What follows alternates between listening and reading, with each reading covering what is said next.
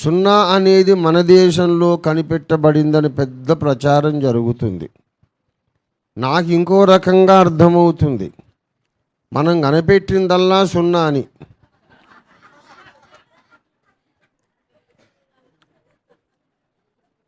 మిగతా వాళ్ళేమో పనికొచ్చి అంకెలు కనిపెట్టారు.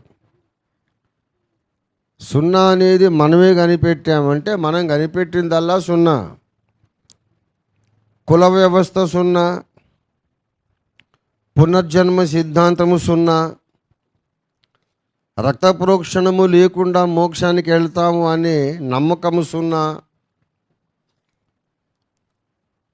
మనుషులు అందరూ సమానం కాదు, ఒక్కోడొక్కో రకంగా పుట్టాడు అనే చాతుర్వర్ణ సిద్ధాంతము సున్నా.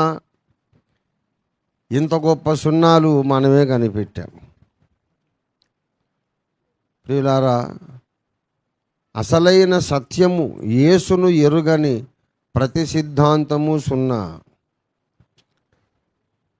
యేసును తృణీకరించే ప్రతి విజ్ఞానము సున్నా. ప్రతి జ్ఞానము, ప్రతి తత్వశాస్త్రము, వేదాంతం అంతా సున్నా. యేసుక్రీస్తు ప్రభువు వారు ఒకటి. ఆ ఒకటి ప్రక్కన ఒక సున్నా పెట్టండి, 10 అవుతుంది.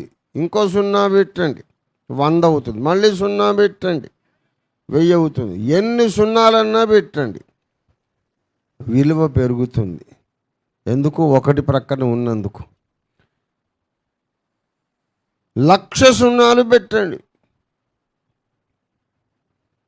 అబ్బో అద్భుతమైనటువంటి విలువ.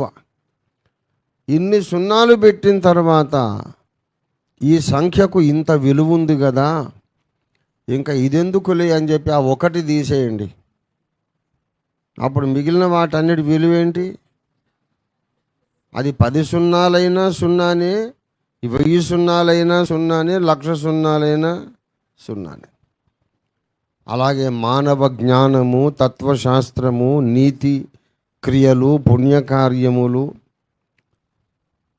మానవుని యొక్క సహజమైనటువంటి సామర్థ్యాలు, మనకున్న కళలు అన్ని సున్నాలు.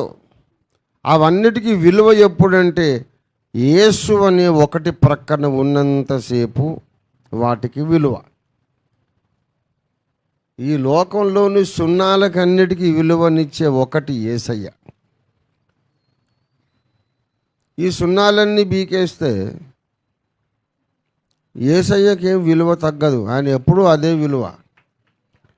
కానీ యేసు దగ్గర నుంచి దూరం వెళ్ళిపోయినందుకు ఆ సున్నాలకున్న విలువ పోతుంది. అటువంటి ఎన్నో సున్నాలను మన వాళ్ళు కనిపెట్టారు. ప్రియ దేవుని బిడ్డలారా, మంచిదే, సున్నాలు కనిపెట్టారు, నేను కాదంటలే. సున్నా కనిపెట్టారు. నువ్వు చేసిన సున్నాలన్నీ, నువ్వు కనిపెట్టిన సున్నాలన్నీ పట్టుకొచ్చి యేసయ్య పక్కన పెట్టు. అప్పుడు నీకు, నీ బ్రతుక్కి, నువ్వు కనిపెట్టిన శాస్త్రాలకు విలువ వస్తుంది. యేసు ఉంటే విలువ. దేవునికి స్తోత్రం కలుగునుగాక. సున్నా మంచిదండి. సున్నా లేకుంటే గణిత శాస్త్రం ఎక్కడిది, కంప్యూటర్ ఎక్కడిది అంటున్నారు. కరెక్టే, మనం అన్నీ మంచివే కనిపెట్టాం.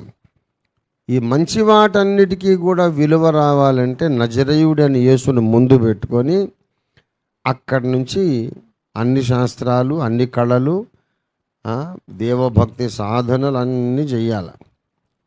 దేవునికి స్తోత్రం కలుగునుగాక. ఈ ప్రపంచంలో ఉన్న మనుషులందరూ రెండే వర్గాలు. దేవుని కుమారుడైన క్రీస్తునందు విశ్వాసం ఉంచిన వాళ్ళు, విశ్వాసం ఉంచని వాళ్ళు, కుమారుని అంగీకరించువారు, అంగీకరించని వారు, నిత్య జీవము కలిగిన వారు, నిత్య జీవము లేనివారు. ఈ జీవము లేనివాడు జీవం లేనివాడే. వాడు ఎంత సెంటు కొట్టుకున్నా జీవము లేనివాడే. ఎంత ముఖానికి ఎంత మంచి మేకప్ చేసుకున్నా వాడు జీవం లేనివాడే. శవం శవమే.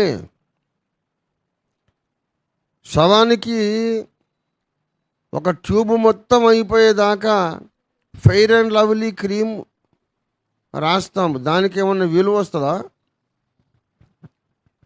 శవాన్ని పట్టుకొని మంచి ఫారిన్ స్ప్రే తీసుకొచ్చి సెంటు కొడతాం, విలువ వస్తుందా?